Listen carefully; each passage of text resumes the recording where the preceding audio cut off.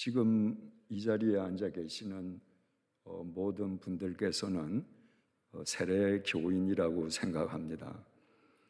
그래서 세례 교인인 여러분들께 몇 가지 질문을 먼저 드리겠습니다. 첫 번째 질문입니다. 여러분은 왜 세례를 받으셨습니까? 담당 조역자가 이제 세례를 받을 때가 되었다고 해서 받으셨습니까? 혹은 친구나 주위 교인들이 자기가 세례 받으려고 하는데 함께 세례 받자고 권유해서 세례를 받으셨습니까? 두 번째 질문입니다. 여러분의 일상의 삶에서 여러분이 받은 세례는 어떤 의미를 지니고 있습니까? 여러분이 세례교인이면서 세례받은 이후 여러분은 일상의 삶에서 세례가 철저하게 망각되고 무시되고 있다면 여러분들 세례 왜 받으셨습니까? 세 번째 질문입니다. 교회에서 목사와 장로가 목사 편과 장로 편이 싸우는 것을 보면 세상 사람들이 싸우는 것보다 훨씬 더 치졸하고 옹졸하고 비열합니다. 세상 사람들은 싸웠다가 화해하는데 목사 장로가 싸웠다가 화해했다는 말을 듣기는 굉장히 어렵습니다. 중요한 사실은 그렇게 목숨을 걸고 비열하게, 옹졸하게, 치졸하게 싸우는 목사 편도, 장로 편도 다 세례 교인이라는 것입니다. 이 세상에서 그리스도인들이 자기 지갑을 위해서 더 많은 재물을 얻기 위해서 불의를 서슴지 않습니다. 그 크리스찬 대부분은 세례교인 아니겠습니까? 몇 해 전에 미국 국세청에서 이 미국 땅에 합법적으로 이민 와서 살고 있는 외국 민족 가운데에 탈세를 가장 많이 한 민족으로 한민족을 꼽아서 발표했습니다. 그건 미 국세청 발표입니다. 이 땅에서 장사하면서 가장 탈세를 많이 한 민족이 되게끔 하는데 기여한 많은 크리스찬들이 있을 겁니다. 그들 역시도 세례 교인일 것입니다. 현실이 이렇다면 세례라는 것은 고작 아무 의미도 없는 종교 행위에 불과하다고 단언해도 누가 그것이 과언이라고 반박할 수 있겠습니까? 네 번째 질문. 세례가 이렇게 무의미하다면 예수님께서는 왜 세례를 받으셨겠습니까? 예수님께서는 일부러 요단강에서 세례를 주는 세례자 요한을 찾아가셔서 그가 만류함에도 불구하고 세례를 받으셨습니다. 다섯 번째 질문입니다. 예수님께서 친히 받으실 정도로 세례가 중요한 것이라면 그리스도인의 삶에서 세례가 중요한 비중을 차지하고 있어야 될 터인데 왜 오늘날 그리스도인의 삶에서 세례는 철저하게 망각되고 무시되고 있습니까? 대체 무엇이 어디에서부터 잘못된 겁니까? 공식 2000년 전 소위 마가 다락방이라고 불리던 그 방에서 함께 기도하던 120명으로부터 태동되었습니다. 그 120명에게 역사적인 사건이 일어났습니다. 오순절날 그들에게 성령 하나님이 강림하신 것입니다.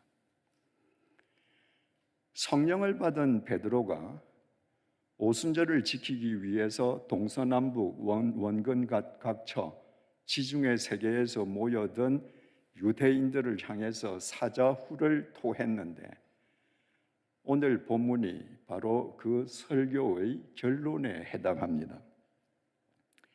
36절입니다. 그런즉 이스라엘 온 집은 확실히 알지니. 이스라엘 온 집, 온 유대인들, 당신들 어영부영하게 알면 안 돼. 당신들 확실히 알아야 돼. 무엇을? 너희가 십자가에 못 박은 이 예수를 하나님이 주와 그리스도가 되게 하셨느니라 하니라. 원근 각처에서 모여든 유대인들을 향해서 베드로 사도가 설교한 핵심이자 결론입니다. 너희들이 확실히 알아라. 무엇을? 세 가지를. 하나님이 보내신 예수님을 너희들이 죽였다. 첫째. 둘째, 너희들에 의해 죽임당하신 예수를 하나님이 주와 그리스도로 영원히 살리셨다. 세 번째, 그러므로 너희들은 성자 하나님을 죽인 죄인 중에 중죄인이다. 여러분, 지금 베드로는 혼자예요. 자기 앞에는 유대인 군중입니다. 한 개인 베드로가 자기 앞에 있는 대군중 유대인들의 잘못을 질타한다는 것은 잘못하면 그 군중에 의해 몰매 맞아 죽는 짓입니다. 그런데 베드로는 두려워하지 않았습니다. 너희가 죽인 이 예수를, 너희가 죽인, 너희가 죄인이야. 여러분, 참된 그리스도인은 듣기 좋은 말을 하는 사람이 아니라 상대가 반드시 들어야 할 참된 말을 하는 사람입니다. 이때 베드로가 자기 앞에 거대한 군중이 있다고 해서 그들 비위에 맞는 말, 그들이 듣기 좋아하는 말을 했더라면 우리가 사도행전에서 아는 위대한 사도 베드로는 되지 못했을 것입니다. 오늘 교회가 왜 힘을 잃었는가? 왜 교회가 오히려 세상으로부터 조소와 조롱의 대상으로 전락했는가? 바른 말을 하는 것이 아니라 세상이 듣기 좋은 소리를 하기 때문입니다. 세상이 듣기 좋은 소리 하면 세상이 내 편 될 것 같지요? 아닙니다. 세상은 그런 종교인들을, 그런 교회를, 그런 교인들을 버립니다. 교회의 힘은 세상과 구별된 거룩에서 나오는데, 거룩이라는 것은 듣기 좋은 말이 아니라 들어야 할 주님의 참된 말씀을 원동력으로 삼습니다. 37절입니다. 그들이 이 말을 듣고 마음에 찔려 베드로와 다른 사람들에게 물어 이르되 형제들아 우리가 어찌할꼬 하거늘. 한 개인 베드로의 질타를 받은 유대인들이 찔림을 받았습니다. 찔림을 받다라는 이 헬라어 동사 카타니소는 질주하는 말에 의해서, 말 발굽에 의해서 땅이 움푹 패인 상태를 가리킵니다. 그들은 자기네들이 살인자라고 생각하지도 않았는데 너희들이 살인자야 하는 말을 듣고 얼마나 크게 찔림을 받았던지 말 발굽에 의해서 땅이 움푹 패이듯이 그들이 충격을 받았습니다. 여러분, 그들에게도 논리적으로 반박할 말이 얼마든지 있었습니다. 예수를 죽음으로 몰고 간 건 대제사장 무리야. 예수를 법정으로 죽으라고 사형 선고한 건 빌라도 총독이야. 골고다 언덕에서 예수의 손발에 직접 못을 박은 사람들은 로마 군인이야. 우리는 아니야. 우리가 잘못한 것이 있다면 그저 대제사장 무리 선동을 당해서 잠시 빌라도 법정에서 예수 죽이라고 소리친 것밖에 없어. 얼마든지 논리적으로 반박할 수 있었습니다. 그러나 그 누구도 베드로의 질타에 반박하려거나 맞서려 하지 않았습니다. 그들은 말발굽에 의해 땅이 패이는 것 같은 충격을 받으며 양심의 찔림을 받았습니다. 그들의 양심이 살아있었기 때문입니다. 많은 그리스도인들이 성경을 읽으면서 양심의 찔림을 받습니다. 그러나 그때뿐이에요. 양심의 찔림이 오면 얼른 그 순간을 모면하거나 회피해버립니다. 그런 일이 반복되다 보면 양심이 무뎌집니다. 어떤 글을 읽어도 어떤 말씀을 들어도 양심의 찔림이 없습니다. 그런 양심은 죽은 양심입니다. 한 크리스찬이 싱싱하게 살아있는 양심, 하나님의 말씀 앞에서 찔림을 받는 양심을 견지하느냐? 아니면 아무리 찔러도 아무런 감각도 없는 죽은 양심의 소유자로 살아가느냐? 그것은 철저하게 그 개인의 책임이고 선택사항입니다. 양심의 찔림을 받았던 그 유대인들이 베드로와 사도들에게 물었습니다. 형제들아, 우리가 어찌할꼬? 여러분, 찔림 어찌할꼬? 이것이 믿음입니다. 찔림과 어찌할꼬의 교직 속에 믿음은 성숙해집니다. 찔림을 받는데 어찌할꼬 하지 않는다. 아예 찔림도 안 받는다. 어떻게 그 믿음이 성숙해질 수 있겠습니까? 히브리서 4장 12절, 13절 말씀입니다. 하나님의 말씀은 살아있고 활력이 있어 좌우에 날선 어떤 검보다도 예리하여 혼과 영과 및 관절과 골수를 찔러 쪼개기까지 하며 또 마음의 생각과 뜻을 판단하나니 지으신 것이 하나도 그 앞에 나타나지 않음이 없고 우리의 결산을 받으실 이의 눈앞에 만물이 벌거벗은 것 같이 드러나느니라. 요즘 교인들은 말입니다. 요절 신앙으로 살려고 그럽니다. 요절 신앙은 전부 내 입맛에 맞는 구절들입니다. 그저 내 듣기 기분 좋은 말씀들. 여러분, 하나님의 말씀을 창세기부터 쭉 읽어보십시오. 나를 위로하고 내게 평안을 주시고 내가 듣기 좋은 말은 몇 프로밖에 없습니다. 90% 이상은 하나님의 말씀은 우리의 혼과 영과 관절과 골수와 마음의 생각과 뜻을 찔러 쪼개는 말씀입니다. 왜? 하나님이 우리를 사랑하시기 때문에. 우리는 죄성을 가진 인간이에요. 하나님의 말씀이 우리를 찔러 쪼개지 아니하시면 우리는 죄성을 가지고 있으면서도 마치 의인인 양 살다가 무너지는 겁니다. 그래서 하나님의 말씀은 우리를 찔러 쪼개요. 무엇으로 나아가라고? 어찌할 거로 나아가라고.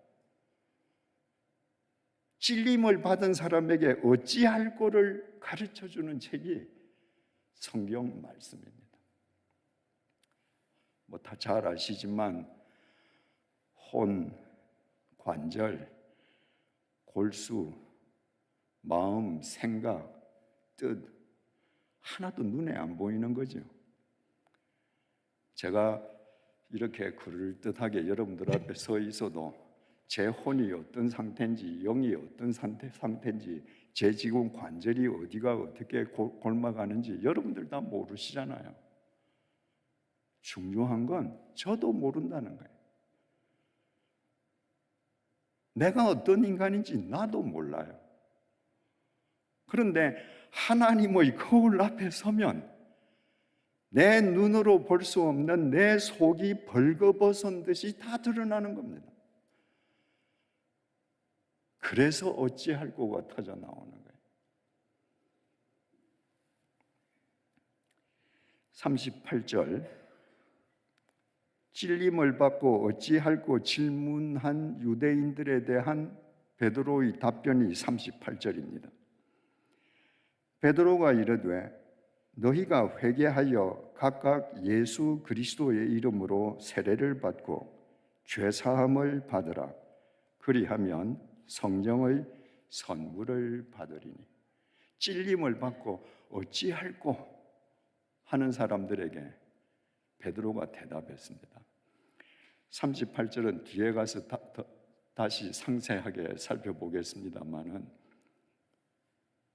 중요한 것을 말씀드리면 회개해라. 회개라는 것은 자복이 아닙니다. 자복은 입으로 하는 거예요. 한국의 거의 모든 크리스천들이 회개와 자복을 혼동하면서 삽니다. 예배당에 와서 설교 말씀 듣고 하나님 저 잘못했습니다. 용서해 주세요. 용서해 주세요. 이건 자복입니다. confess입니다. repent, 회개라고 하는 건 내가 잘못된 것을 깨달은 것을 행동하는 겁니다. 가던 길을 돌아서는 거예요. 지금 베드로가 회개해라. 니네들 찔림받는 그 길을 그대로 가지 말고 찔림받는 길에서 돌아서라. 예수 그리스도의 이름으로 세례를 받고 죄사함을 받으라. 헬라어 원문에는 다르게 기록되어 있습니다.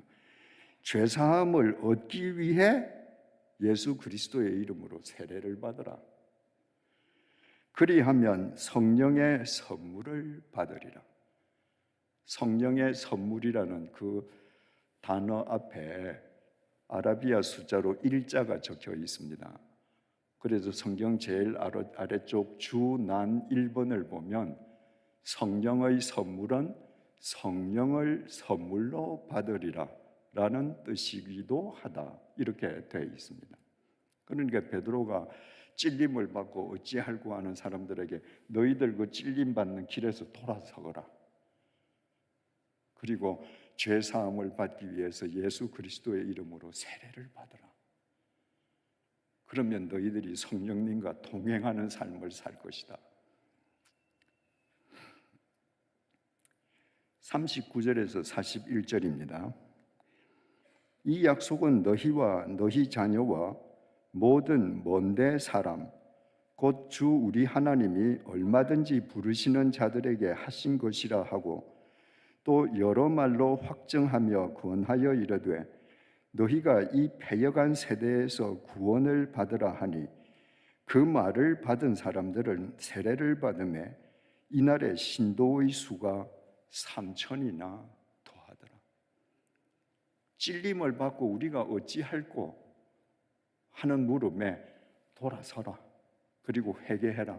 성령과 세례 받으라. 성령님과 동행해라.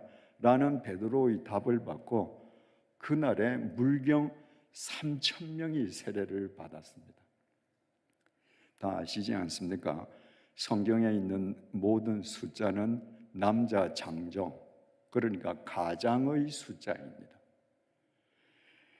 42절, 그들이 사도의 가르침을 받아 서로 교제하고 떡을 떼며 오로지 기도하기를 힘쓰니라. 세례받은 사람이 함께 모여서 성경 공부를 하고 함께 빵을 나누고 신앙생활을 시작했습니다. 이게 다가 아니었습니다. 사도행전 4장 4절입니다. 말씀을 들은 사람 중에 믿는 자가 많으니 남자의 수가 약 5천이나 되었더라. 오늘 3천 명이 세례를 받았는데 며칠 지나지 않아서 믿는 자의 수란 세례받은 자의 수라는 겁니다. 그 수가 남자 가장의 수만 5천 명이었더라. 여러분, 오늘 3천 명, 며칠 후에 5천 명, 8천 명이 세례를 받고 그리스도인이 되었습니다. 옛날 2000년 전 유대 사회는 철저한 가부장 사회거든요. 가장이 종교를 바꾸면 처자식은 저절로 바꾸는 거예요. 그러니까 가장 8천 명이 세례를 받고 그리스도인이 되었다고 하는 것은 8천 가정이 예수를 모셨다는 얘기예요. 자, 한 가정에 남편과 아내가 있고 2000년 전 이스라엘 사회는 대가족 제도지만 한 부부당 자식이 2명만 있다고 하십시다. 그러면 한 가정당 4명이죠. 근데 남자 부모 2분, 아내 부모 2분, 4분 가운데에 한 분만 모시고 산다고 하십시다. 그러면 한 가정 5명이에요. 식구 수가. 며칠 만에 8천 가장이 예수를 영접하고 세례를 받았다는 것은 그 가정에 속한 가족 수, 머리수를 합치면 무려 4만 명이 주님을 영접하고 세례교인이 되었다는 말입니다. 엄청난 숫자죠. 2000년 전에 예루살렘 시민들은 도대체 몇 명이었을까? 학자마다 주장하는 숫자가 다 같지 않습니다. 그러나 학계에서 가장 널리 인정받는 숫자는 성서 고고학 리뷰 편집장인 러셀 생크스 그리고 에즈베리 신학대학교 벤 위더링턴 3세 이 두 사람의 공동 저작물인 예수의 형제에서 인용된 2000년 전 예루살렘 인구 밀도를 근거로 계산한 8만 명입니다. 그 8만 명에는 남녀노소가 다 포함되어 있습니다. 만약에 그 숫자가 정확하다면 며칠 사이에 예루살렘 시민 8만 명 중에 반이 그리스도인이 되었다는 말입니다. 여기에서 1980년대 한국 교회에서 풍미했던 교회 성장학이 힘을 받습니다. 예수님이 이 땅에 계시던 동안에 예수님을 쫓던 제자는 12명인데 가룟유다 1명 배신하고 11명밖에 없지 않습니까? 근데 복음서가 끝나고 사도행전 1장으로 넘어가면 마가 다락방에서 120명으로 늘어나 있습니다. 그리고 사도행전 2장으로 가니까 남자 가장이 3,000명이 더해지고 며칠이 지나니까 5,000명이 더해집니다. 그래서 무릇 살아있는 교회라면 교회는 끊임없이 양적 부흥을 기해야 된다는 겁니다. 일면 일리가 있는 것처럼 보입니다. 그러나 만약 그 교회 성장하기 맞다면 2000년 전 예루살렘의 그리스도인들은 계속 늘어났어야 합니다.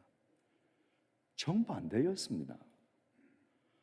어느 순간부터 예루살렘에서 크리스찬을 만나보기 어려워졌습니다. 우리는 스데반의 순교 사건으로 교회에 대한 대박해가 일어나서 크리스찬들이 동서남북으로 다 흩어진 것을 압니다. 그러나 한 도시에서 8만 명이 사는 도시에서 4만 명이 하루아침에 도시를 떠나서 이주한다는 것은 현실적으로 불가능합니다. 성경에서도 그 근거를 보여줍니다. 사도행전 8장 1절 말씀을 제가 읽어볼게요. 사울은 나중에 바울이 되었던 그 사람의 청년 시절의 이름이죠. 이때는 교회를 짓밟을 때입니다. 사울은 그가 죽임당함을 마땅히 여기더라. 그는 스데반입니다. 스데반이 순교당에 돌에 맞아 죽는 것을 이때만 해도 바울은 마땅히 여기는 사람이었습니다. 그날에 예루살렘에 있는 교회에 큰 박해가 있어 사도 외에는 다 유대와 사마리아 모든 땅으로 흩어지니라. 스데반 순교로 촉발되어서 교회에 대박해가 일어나서 사도들만 예루살렘에 남고 나머지 사람들은 다 사마리아나 다른 곳으로 흩어졌다는 겁니다. 다 흩어졌다는 거예요. 그런데 헬라어 단어 파스는요, 다를 뜻하기도 하지만 많이를 뜻하기도 합니다. 주님을 영접했던 사람, 그 많은 사람들 가운데에 많은 사람이 흩어졌다. 그러면 아직도 많은 사람이 남아 있습니다. 그 증거가 2절, 3절에 나옵니다. 2절입니다. 경건한 사람들이 스데반을 장사하고 위하여 크게 울더라. 지금 스데반이 죽었습니다. 그리고 막 박해가 일어나니까 예수를 믿는 사람들은 예루살렘을 떠났습니다. 그런데 경건한 사람들이 스데반의 시체를 장사 지내줬습니다. 아직도 예루살렘을 떠나지 아니한 사람들이 있었던 거예요. 3절입니다. 사울이 교회를 진멸할새 각 집에 들어가 남녀를 끌어다가 옥에 넘기니라. 피신할 사람은 피신했는데 그럼에도 불구하고 바울이 각 집집마다 다 찾아다니면서 예수 믿는 사람을 다 잡아내서 옥에 넣었다는 거예요. 우리는 쉽게 이렇게 생각할 수 있습니다. 8만 명 가운데에 가족 수를 다 합치면 4만 명, 남자 가장들만 합치면 근 8천 명이 주님을 영접하고 세례를 받았는데 대박해가 일어나니까 재산이 없거나 혹은 재산보다 신앙이 더 중요한 사람들은 미련 없이 예루살렘을 떠났습니다. 예수가 더 중요한 거예요. 그런데 무슨 특별한 사정이 있거나 아니면 예루살렘에 지켜야 할 것이 많은 사람들, 내가 예루살렘을 떠나서는 이 모든 것을 잃는 게 있을 수 없다고 생각하는 사람들은 예루살렘에 남아 있었습니다. 그러니까 예루살렘을 떠난 사람도 많은데 여전히 많은 세례교인들이 예루살렘에 남아 있었는데 그들이 어디로 갔느냐는 겁니다. 오늘 본문의 때로부터 약 30년이 지나서 사도 바울이 3차 전도 여행을 끝내고 예루살렘에 갔을 때입니다. 예루살렘 성전에서 에베소에서 온 유대인들이 성전에 있는 바울을 발견하고 예루살렘 유대인들을 선동했습니다. 저 사람이 성전을 모독하는 사람이라며. 예루살렘에 있는 유대인들은 그것이 참말인지 거짓말인지 따지지도 않고 에베소에서 온 유대인들에게 간단하게 선동당해서 성전 안에 있던 바울을 개 끌듯이 질질 끌고 나가서 돌로 쳐 죽이려고 했습니다. 그때 바울을 살리려고 나선 크리스찬은 한 명도 없었습니다. 만약에 교회 성장학자들의 논리대로라면 이 본문의 때로부터 30년이 지난 예루살렘은 도처에 크리스찬이었을 것이고, 감히 에베소에서 온 유대인들이 예루살렘 유대인을 선동질해서 돌로 쳐 죽이려고 하지 못했을 것입니다. 지금 예루살렘 성전 뜰에서 대소요가 일어났다는 보고를 받은 예루살렘 천부장 루시아가 군대를 동원해서 현장에 출동해서 사도 바울을 구하고 보호해 주지 않았더라면 사도 바울은 로마의 발을 내딛기도 전에 예루살렘에서 돌에 맞아 죽었을 것입니다. 30년 전에 예루살렘을 떠나지 않고 예루살렘에 그냥 남아있던 크리스천들은 어디로 간 것입니까? 이 사실을 우리가 바르게 파악할 수 있기 위해서는 본문 38절을 깊이 들여다볼 필요가 있습니다. 본문 38절입니다. 그 유대인들이 찔림을 받고 어찌할꼬 했을 때 베드로가 대답하지 않습니까? 베드로가 이르되 너희가 회개하여. 여러분, 탕자가 아버지 재산 반을 마치 자기 권리인 양 받아가지고 타국에 가서 허랑방탕하게 다 탕진하지 않습니까? 그리고 돼지가 먹는 쥐염 열매도 먹을 수 없게 되었을 때, 우리 집에는 배불리 먹는 품꾼이 얼마나 많은가? 근데 나는 타국에서 굶어 죽는구나. 아버지, 내가 잘못했습니다. 그럼 그건 자복이죠. 근데 누가복음에 보면 이 탕자가 돌이켜 일어서서 돌이켜 방향을 바꾼 겁니다. 아버지 집으로 걸어갑니다. 그게 회개입니다. 그렇게 회개해라. 각각 예수 그리스도의 이름으로 세례를 받고 죄 사함을 받으라. 아까 말씀드린 것처럼 헬라어 원문에는 죄 사함을 받기 위하여 예수 그리스도의 이름으로 세례를 받으라. 그리하면 성령의 선물을 받으리니 그리하면 성령을 선물로 받을 것이다. 우리 성경에는 전혀 구별이 안 됩니다. 근데 베드로가 말한 이 말을 헬라 말로 기록한 헬라어 원전에는 동사가 분명하게 구별되어 있습니다. 베드로가 너희가 회개하라 라고 말을 할 때에는 2인칭 복수형으로 말했습니다. 너희가 다 회개해.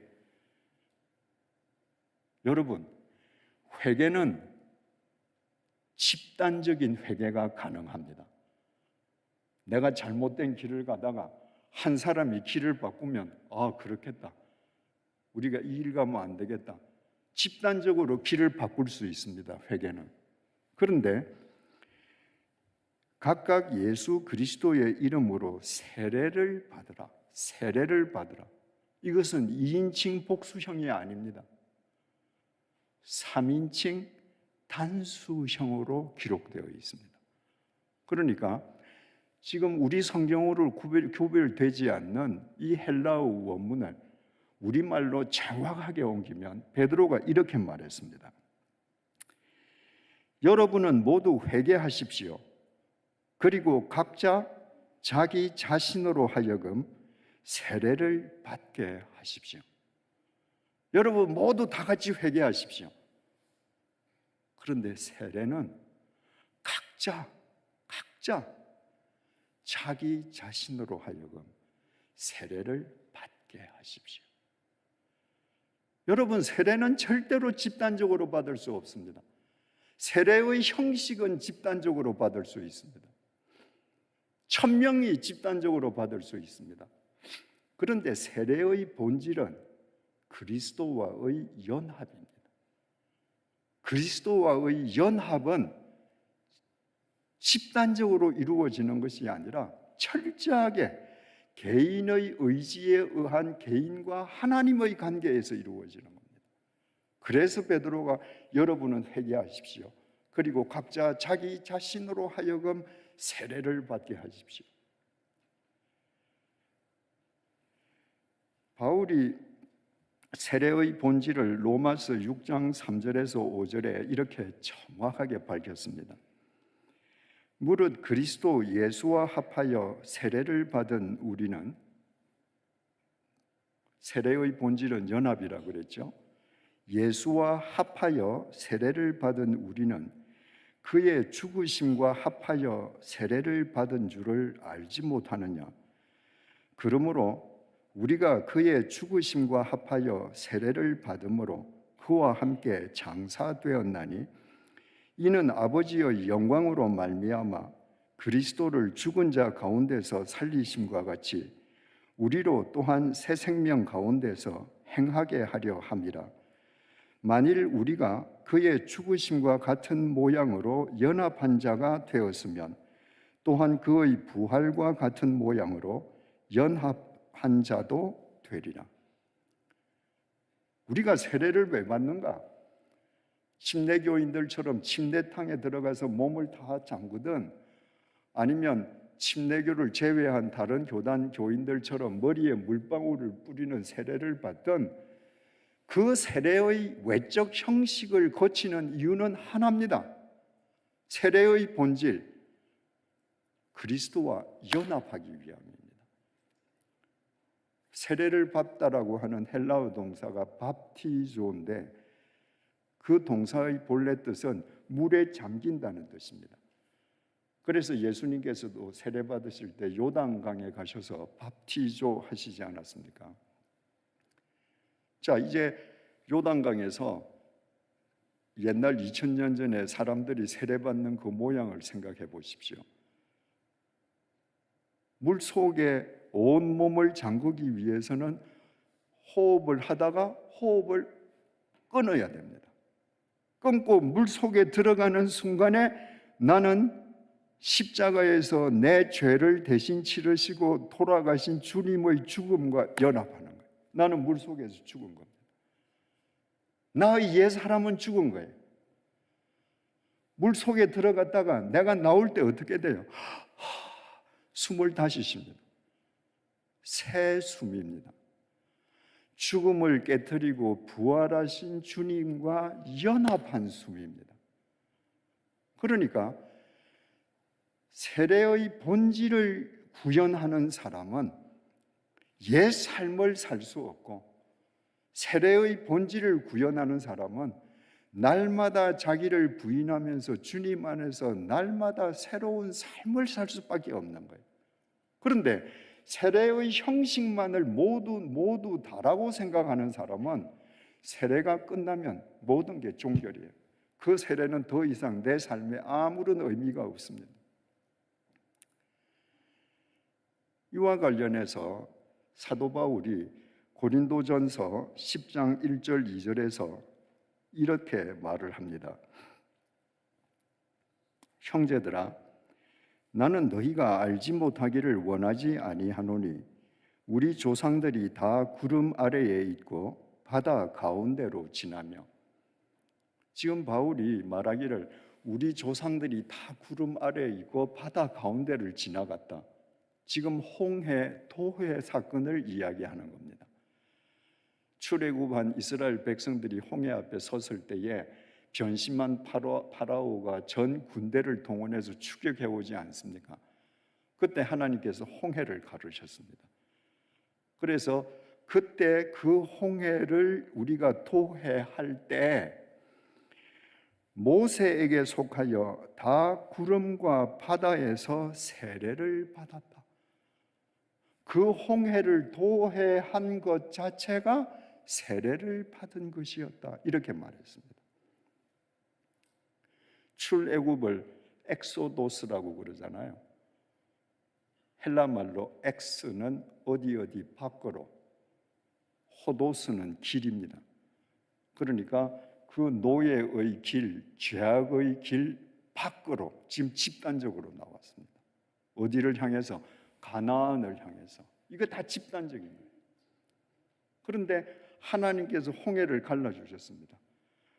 그들이 갈라진 홍해 그 밑바닥으로 내려갔습니다.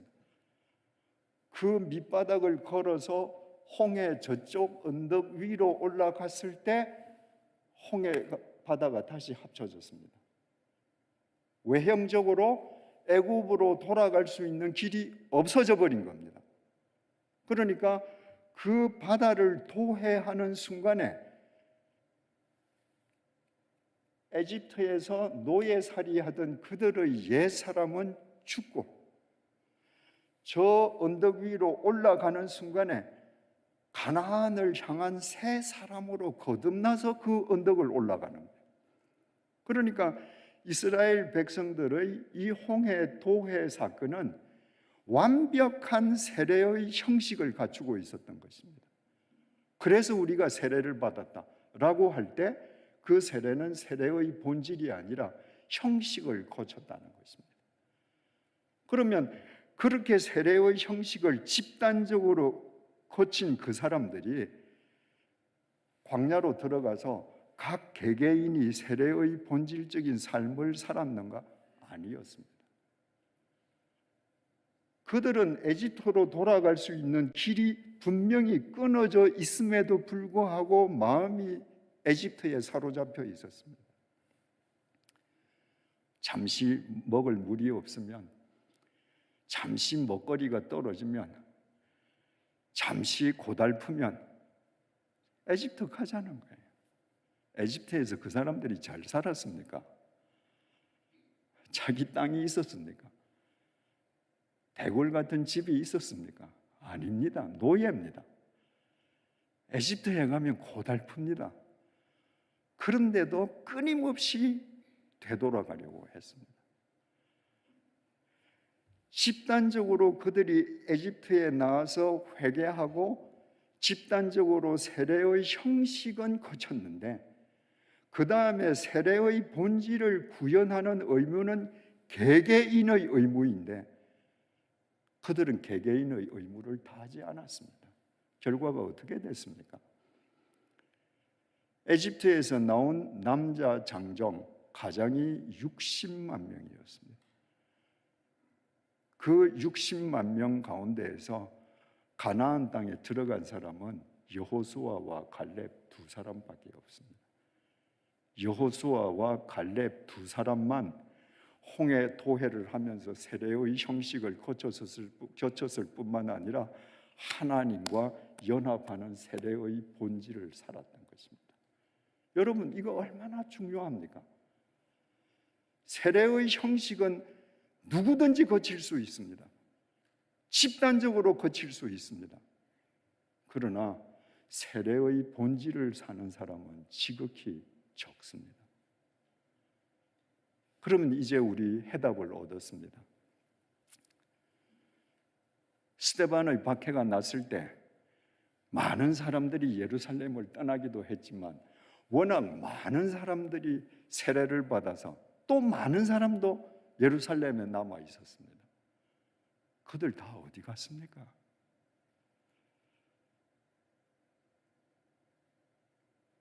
바울이 예루살렘에 올라가서 모함받고 돌팔매질을 당해서 죽임을 당하려는 그 절체절명의 순간에 왜 바울을 구해주려는 한 명의 크리스찬도 예루살렘에 없었습니까? 이제 해답을 아시겠죠? 그들은 모두 세례의 형식만 거친 사람들이었습니다. 집단적으로 찔림을 받을 수 있습니다. 집단적으로 어찌할꼬 물을 수 있습니다. 그러나 자기 삶의 현장에 가서 개인적으로 세례의 본질을 사는 건 철저하게 그 개인의 몫입니다. 그들은 세례의 형식만을 거쳤기 때문에 박해가 있을 때 그들의 생명을 지키기 위해, 그들의 재산을 지키기 위해 쉽게 야합할 수 있었습니다. 그들의 삶에서 세례는 형식 이상의 의미가 없으니까 세월이 지나가니까 세례라는 의미도 다 소멸되고 자신이 한때 세례받은 크리스찬이었다는 것도 다 망각했습니다.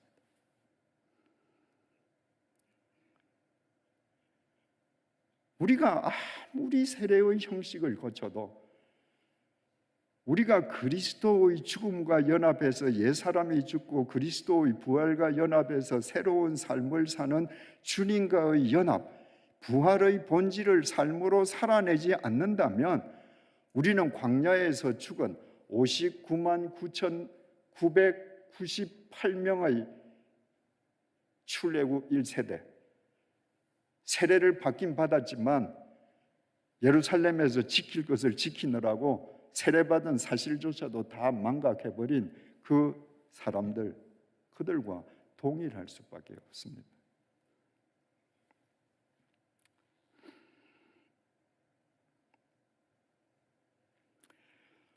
한때 1,200만 교인을 자랑하던 한국 교회가 왜 반토막 났습니까? 왜 교회가 점점 생명력을 잃고 세상으로부터 조롱과 비난의 대상으로 전락하고 있습니까? 국내외를 막론하고 그동안 교회가 세례의 형식만 거치는 크리스찬 군중을 양산했기 때문입니다.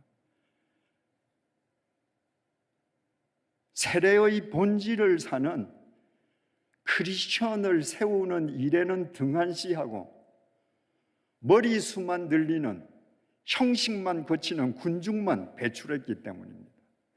여러분, 군중은 실체가 없습니다. 실체가 없기 때문에 군중은 책임지지도 않습니다.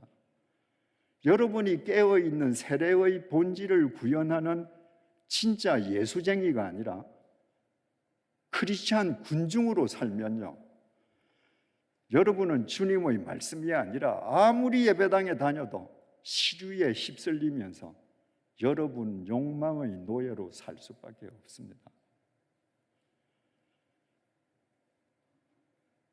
기록을 찾아보니까 뉴욕 퀸즈 한인교회는 올해로 창립 54주년을 맞는 것 같습니다.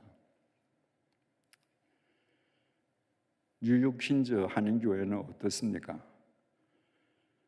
지난 54년 동안에 세례의 형식만을 거친 군중만 양산하면서 양적으로 크다고 자랑했습니까? 아니면 소수일망정 세례의 본질을 살아내는 진짜 예수쟁이를 세워내기 위해서 애썼습니까? 우리 모두가 세례의 형식이 아니라 세례의 본질을 살아내는 진짜 예수쟁이가 되기 위해서는 두 가지 사실을 반드시 유념해야 합니다.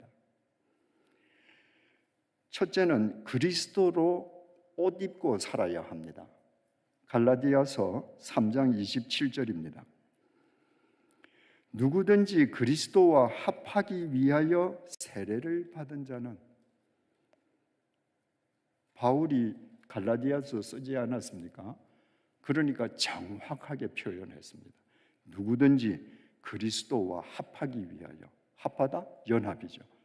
누구든지 그리스도와 연합하기 위하여 세례를 받은 자는, 그러니까 참된 그리스도인이라면 내가 세례를 받는다는 것은 그리스도와 연합하는 본질을 구현하기 위해서 세례를 받는다는 건 다 안다는 거죠.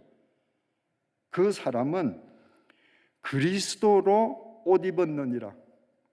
그리스도로 옷 입었느니라. 더 쉽게 번역하면 그리스도를 옷으로 입었느니라. 여러분, 세례의 본질을 구현하는 참된 크리스찬으로, 참된 세례교인으로 살기 위해서는 우리 모두 그리스도를 내 옷으로 입고 살아야 합니다.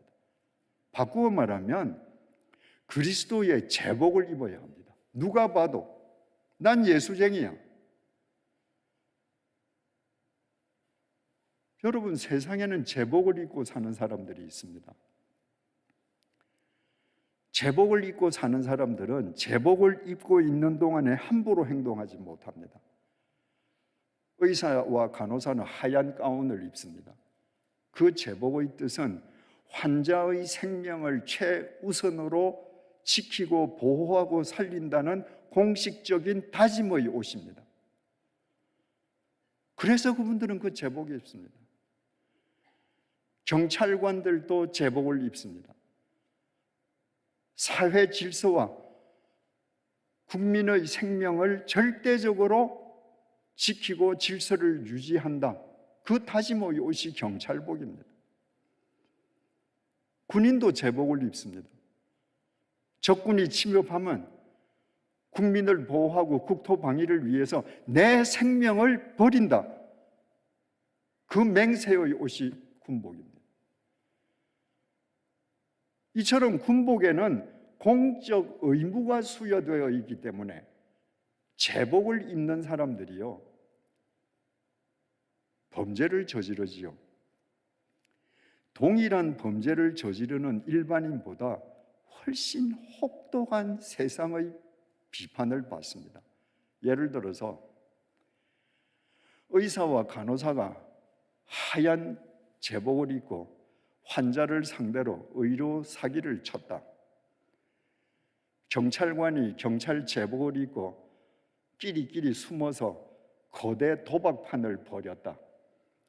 군인이 군인 제복을 입고 지나가는 행위를 붙잡아다가 성폭행했다. 여러분, 여론의 몰매를 맞을 겁니다. 왜? 그들은 제복의 사람들이니까.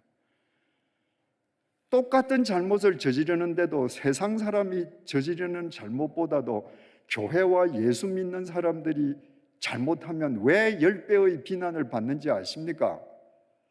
우리는 제복의 사람들이기 때문이에요. 그걸 여러분들이 잊고 사는 겁니다. 내가 세례교인이라면, 세례의 본질을 구현하는 사람이라면 나는 그리스도의 제복을 입고 사는 사람입니다. 어떠한 상황에서도, 어떤 유혹의 순간에서도, 어떤 지경에서도 나는 그리스도와 연합한 삶을 살아갈 거야. 그때 세상은 바뀝니다. 두 번째로, 참된 그리스도와 연합하는 세례교인으로 살아가기 위해서는 절대적인 고독의 시간을 가져야 합니다. 여러분, 고독과 고립은 다른 말이 아닙니다. 같은 말이 아닙니다. 고립은요, 내가 여기도 끼고 싶고 여기도 끼고 싶고 이 그룹과도 친하게 지내고 싶은데 그 사람들이 나를 끼워주지 않아요. 그래서 왕따 당하는 데서 오는 소외감이 고립감입니다. 외로움입니다. 고독이라고 하는 것은요, 나는 이 그룹에도 끼일 수 있고 저 팀과들도 친하게 지낼 수 있고 누구와도 나는 좋은 관계를 맺을 수 있지만 하나님 앞에서 내가 바른 그리스도인으로 살기 위해서 하루에 작정된 시간 동안 내가 자발적으로 나를 격리하는 것이 고독입니다. 여러분, 하나님은 절대로 우리를 집단으로 부르시지 않았습니다. 내가 10만 명이 모인 집회에서 주님의 부르심을 받았다 할지라도 그 10만 명 가운데에서 주님은 핀셋으로 찍듯이 나를 개별적으로 부르신 겁니다. 10만 명을 전부 집단적으로, 야, 2005년도 그 어디 큰 운동장에 있던 10만 명들아 다 나에게로 오라, 너희들 구원받아서. 그렇지 않습니다. 모세도 그랬고요, 아브라함도 그랬고요, 엘리야도 그랬고요, 다메섹 도상에서 바울도 개별적으로 부르심을 받았습니다. 그래서 우리는 절대적으로 하나님과 개별적으로 독대하는 시간을 가질 때만 우리는 주님과 연합하는 바른 삶을 살아갈 수 있습니다. 함께 모여 박수치고 찬양하고 성경 공부하는 거 굉장히 좋습니다. 그러나 그거와 별도로 거기에서 나를 격리하는 자발적인 고독의 시간, 하나님과 독대하는 시간이 없다면요, 나는 자칫 크리스찬 군중일 뿐입니다. 생각해 보세요. 크리스찬 군중은 실체도 없다고 그랬죠. 책임도 안 진다고 그랬죠. 그래서 교회 다니는 많은 크리스찬 군중들이 하나님 말씀대로 안 삽니다. 불이하게 돈을 법니다. 그리고 11조만 내면 면죄부 받는다고 생각합니다. 왜? 다 군중이니까. 이 군중도 그렇게 살거든요. 저 군중도 그렇게 살거든요. 양심의 가책을 느끼지 않습니다. 그러나 그 군중에서 떨어져 나와서 내가 그리스도의 제복을 입은 예수쟁이답게 주님 앞에 나를 격리시킬 때 그 군중의 삶이 틀린 것을 알게 되고, 그 군중이 아무리 너도 이렇게 살아라고 유혹해도 내가 독대하는 하나님이 그게 아니라고 하시기 때문에 우리는 주님과 연합한 삶을 살 수 있는 것입니다. 사랑하는 교우 여러분, 세례의 형식만을 내세우던 군중의 삶에 이제 마침표를 찍으십시다. 우리 모두 그리스도의 제복을 입고 있는 사람들임을 잊지 마십시다. 그 제복을 입은 사람답게 하나님 앞에서 날마다 자기를 격리하는 고독한 시간을 가지십시다. 그때 우리 한 사람 한 사람을 통해 주님께서 이 세상을 맑히시고 밝히실 것이라는 것은 생각만 해도 가슴이 설레지 않습니까? 기도하시겠습니다.